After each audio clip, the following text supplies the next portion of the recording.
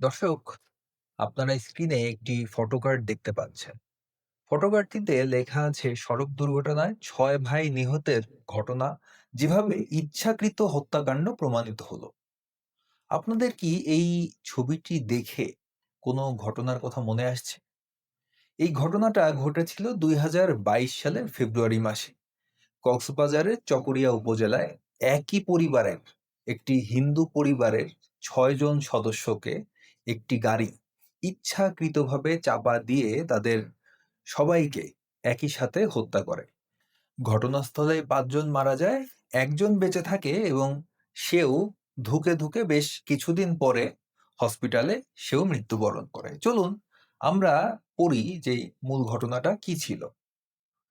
সড়ক দুর্ঘটনায় 6 ভাই নিহতের ঘটনা যেভাবে ইচ্ছাকৃত হত্যাকাণ্ড প্রমাণিত হলো বাংলা ট্রিবিউনের নিউজ। সেখানে বলা হয়েছে কক্সবাজারের চকরিয়া এক ব্যস্ত মহাসড়ক, ওই দিনের কথা বলা হচ্ছে। ভোরের অন্ধকার কাটার আগেই এক পরিবারের জন্য নেমে আসে চূড়ান্ত বিভীষিকা। একে একে সড়কে লুটিয়ে পড়ে 6 জন ভাই। প্রথমে মনে হয়েছিল এটি ছিল নিছকই ভয়াবহ এক সড়ক দুর্ঘটনা। একটি বেপরোয়া পিকআপ নিয়ন্ত্রণ হারানো আর কয়েক মুহূর্তের মধ্যে থেমে যাওয়া জীবন। থানা পুলিশ, ময়নাতদন্ত প্রতিবেদন সবই বলছিল একই কথা, সড়ক দুর্ঘটনা।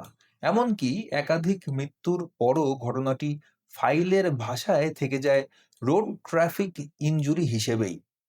কিন্তু বছর না ঘুরতেই সেই দুর্ঘটনা বদলে যায় এক ভয়াবহ হত্যাকাণ্ডের গল্পে। তদন্তের প্রতিটি স্তর উল্টে দিয়ে police bureau of investigation PBI বের করে আনে এমন এক সত্য যা শুরুতে ছিল পুরোপুরি আড়ালে। সড়ক দুর্ঘটনার ছায়ায় পরিকল্পিত হত্যার অভিযোগ।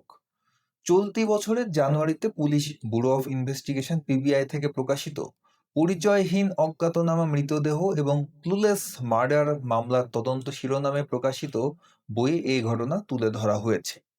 এতে বলা হয় 2022 সালের 8 ফেব্রুয়ারি ভোরে চকরিয়া উপজেলার ডুল হাজরা ইউনিয়ন মালুমঘাট এলাকায় চট্টগ্রাম কক্সবাজার মহাসড়কে পিকআপের চাপায় হাসিনাপাড়া সুরেশচন্দ্র সুশীলের 5 ছেলে অনুপম সুশীল, নিরুপম সুশীল, দীপক সুশীল, চম্পক সুশীল ও শরণ সুশীলের মৃত্যু হয়। ঘটনার 14 দিন পর মারা যান গুরুতর আহত রক্তিম সুশীল।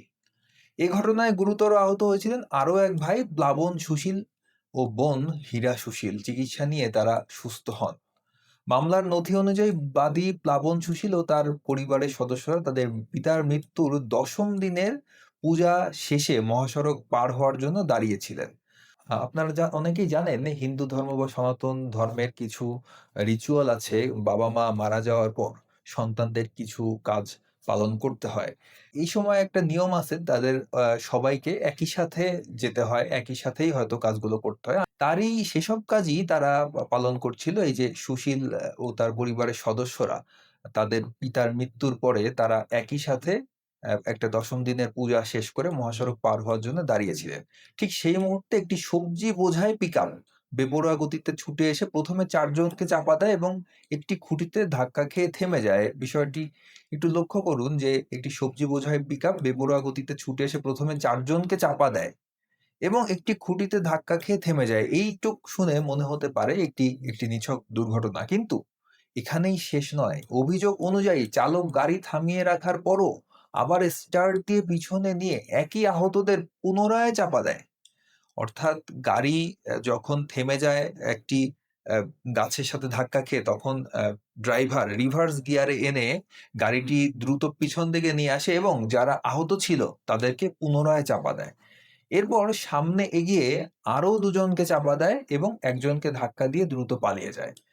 রিভার্সে নিয়ে আসার পর চালক আবার সামনের দিকে আগায় এবং আরো 2 জন ভাই ছিল সেখানে, তাদেরকে চাপা দেয় এবং একজনকে ধাক্কা দেয়, দিয়ে সেখান থেকে পালিয়ে যায়।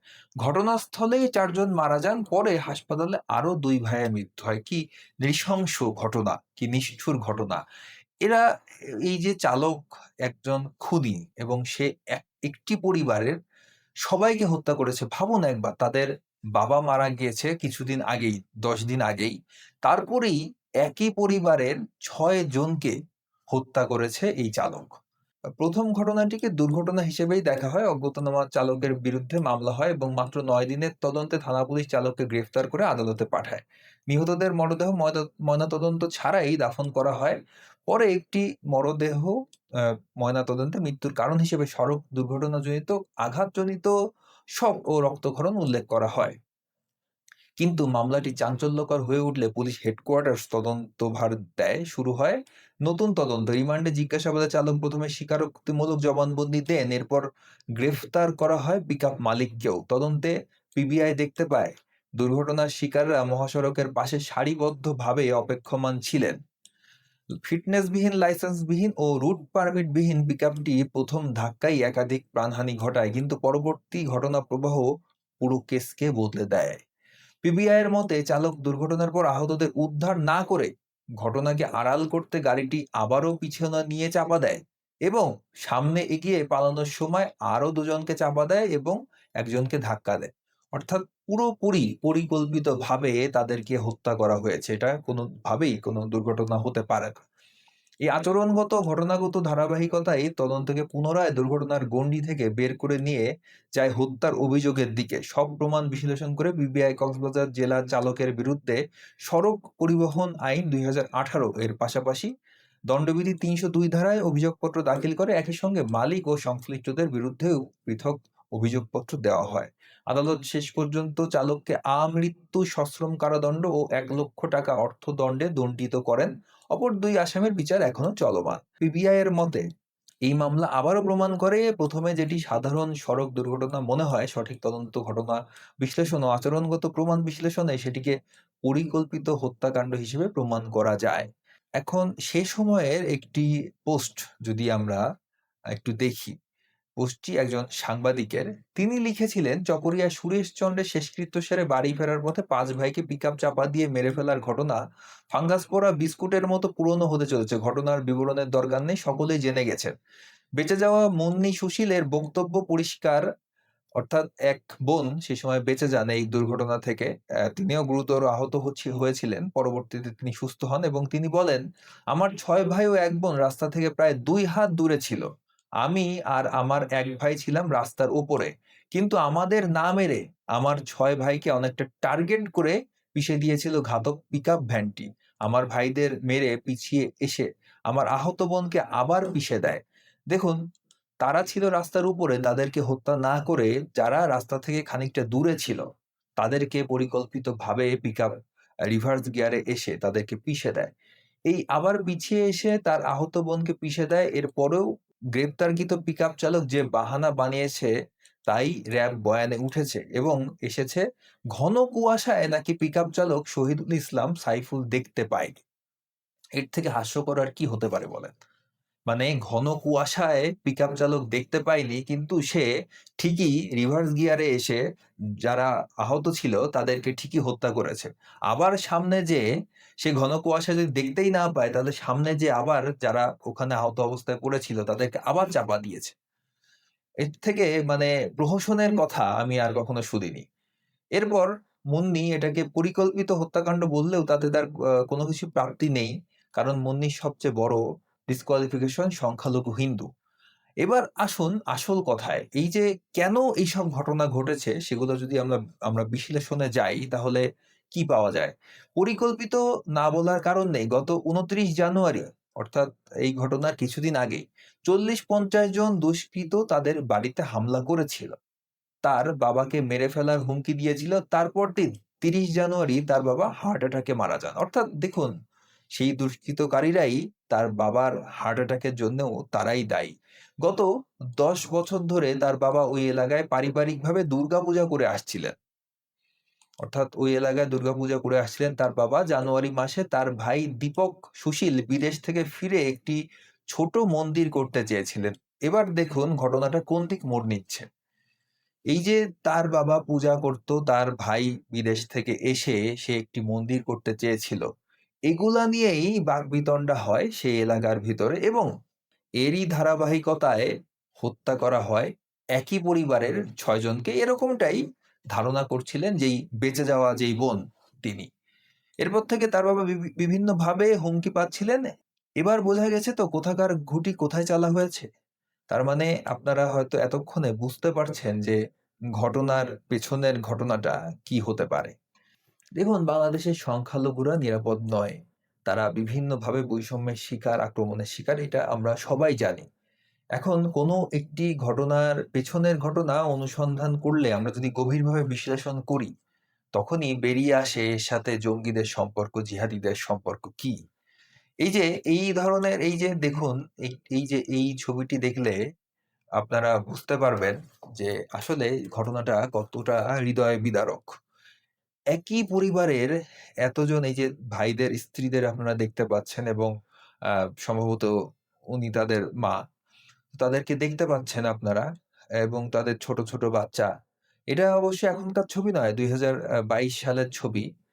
তো ট্রাক চাপা দিয়ে হত্যা করা, অন্য ধর্মের মানুষকে হত্যা করা, এই ধরনের ঘটনা কিন্তু নতুন কোনো ঘটনা নয়। আপনি খেয়াল করে দেখবেন সেখানে যারা ছিল, এই যে ৬ ভাই এবং যারা বোন ছিল তারা ৬ ভাইয়ের যদি আপনি ড্রেস আপ এর কথা চিন্তা করেন, তারা কিন্তু সকলেই একই ধরনের পোশাকে ছিল। কারণ হিন্দু ধর্মীয় শাস্ত্রীয় যেই বিধিবিধানগুলো আছে, কেউ মারা যাওয়ার পর তাদের যে শ্রাদ্ধ অনুষ্ঠানের যেই রিচুয়াল গুলো আছে, তারা সেগুলো ফলো করে এই যে এক পোশাকে থাকতে হয়, একই ধরনের সাদা পোশাক পরতে হয়, তারপরে মাথা মুন্ডন করতে হয়, অর্থাৎ মাথা ন্যাড়া করতে হয়। এ ধরনের তারা কিন্তু সবাই এ ধরনের একটি পোশাকেই তারা ছিল এবং তাদেরকে দেখে ট্রাক ড্রাইভার নিঃসন্দেহে বুঝতে পেরেছিল তারা কোন ধর্মের অনুসারী। এবার দেখুন এই ঘটনাটা যুক্তরাষ্ট্রে। যুক্তরাষ্ট্রে ট্রাক দিয়ে হামলায় নিহত বেড়ে ১৫, পুলিশের গুলিতে হামলাকারী নিহত। একই ধরনের প্যাটার্ন, একই ধরনের ঘটনা আপনারা কিন্তু আ যুক্তরাষ্ট্রে কিছুদিন আগে জার্মানিতে ঘটেছে, ইউরোপের বিভিন্ন দেশে, অস্ট্রেলিয়ায় বিভিন্নবার এগুলোকে জিহাদিরা নাম দিয়েছে লোন ওলফ অ্যাটাক। অর্থাৎ একক ব্যক্তি একক হামলা করে বিভিন্ন জায়গায় বিভিন্ন সময়ে তারা আ একটি বড় সংখ্যক অন্য ধর্মের মানুষকে হত্যা করে এবং তারা এটাকে জিহাদ হিসেবে দেখে।